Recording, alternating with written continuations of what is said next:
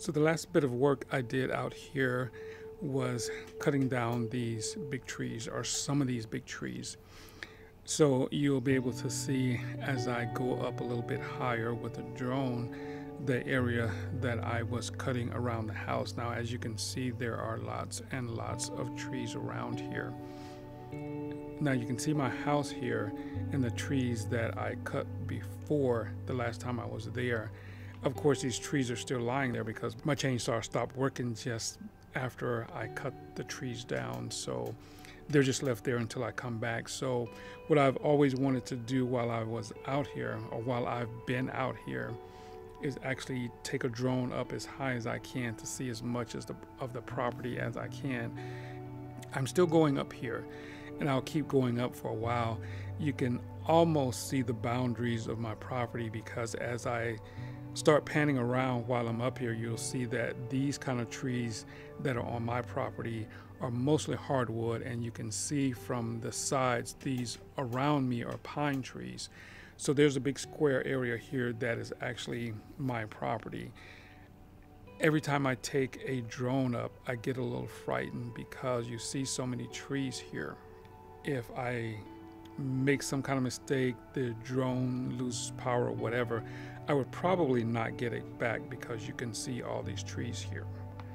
So as I'm moving around here, you can see right about here is where my house is, and it's closer to the front part of the property. Now, when I was building, I thought that I had come into the property a long way, but I did it in such a haste. I just wanted to find an area where there weren't too many big trees, and I wanted to start cutting the trees to get a place ready for me to start building. It turns out I didn't go back into the property as far as I thought, because as I've been building, I've been cutting trees. So from the front road, or the front path, or whatever you might want to call it, you can actually see the house a lot easier because I've been cutting trees out. But as you see here, as I keep spinning around above the property, there's just a lot of trees here. And of course, when you look at a shot like this, where you just see a small opening and the house is so small, I'm up pretty high. I don't know how high exactly I am, because every time I put this drone up, I'm just wanting to get this thing done and bring the drone back down, because I don't want to lose it. And I'm always nervous when I take this drone up, because it's just so high up. I don't know if all of a sudden a plane is going to come by or not. But I've always wanted to do this so I can actually see the whole area of my property.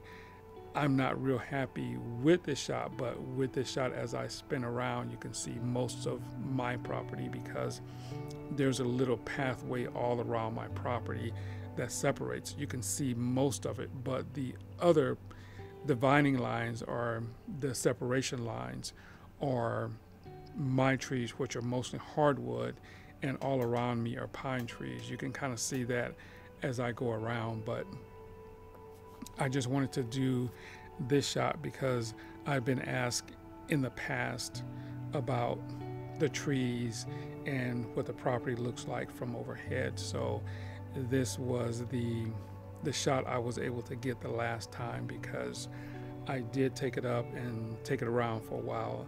I was up for a good little while, so I was able to get the imagery that I wanted for the most part. I'm going to try and do it again where I can go straight up and just see the block of property just as it is, and see all four sides at one time without having to spin around and just kind of do that kind of thing. Now, when I take this drone up really, really high, I start losing connection with the remote. So I don't take it up too high, because once again, I don't want to lose it. So here we are. So that's all this video is about. So I just wanted to show that and show the actual area where I cut the trees. And of course, the truck is parked in front of the house, so the little piece in the back of the house that's white and looks like a rectangle, that's my septic. And you can see where the tree fell across it. I cut it and moved it out of the way, but it actually hit that part of the septic. So there's a few repairs and things I have to do to that when I get back. So one thing always leads to another.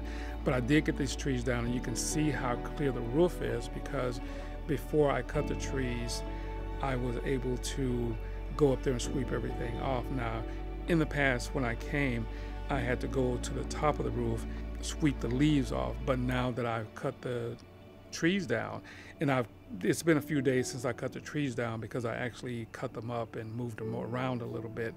But now there are no leaves on the house, or not very many. And also the trees now are letting in much more sun, so that I can actually generate electricity with my solar panels. So anyway, that's all there is to it. So next time we'll do something a little differently, and stay tuned for the next video. So we'll see you then.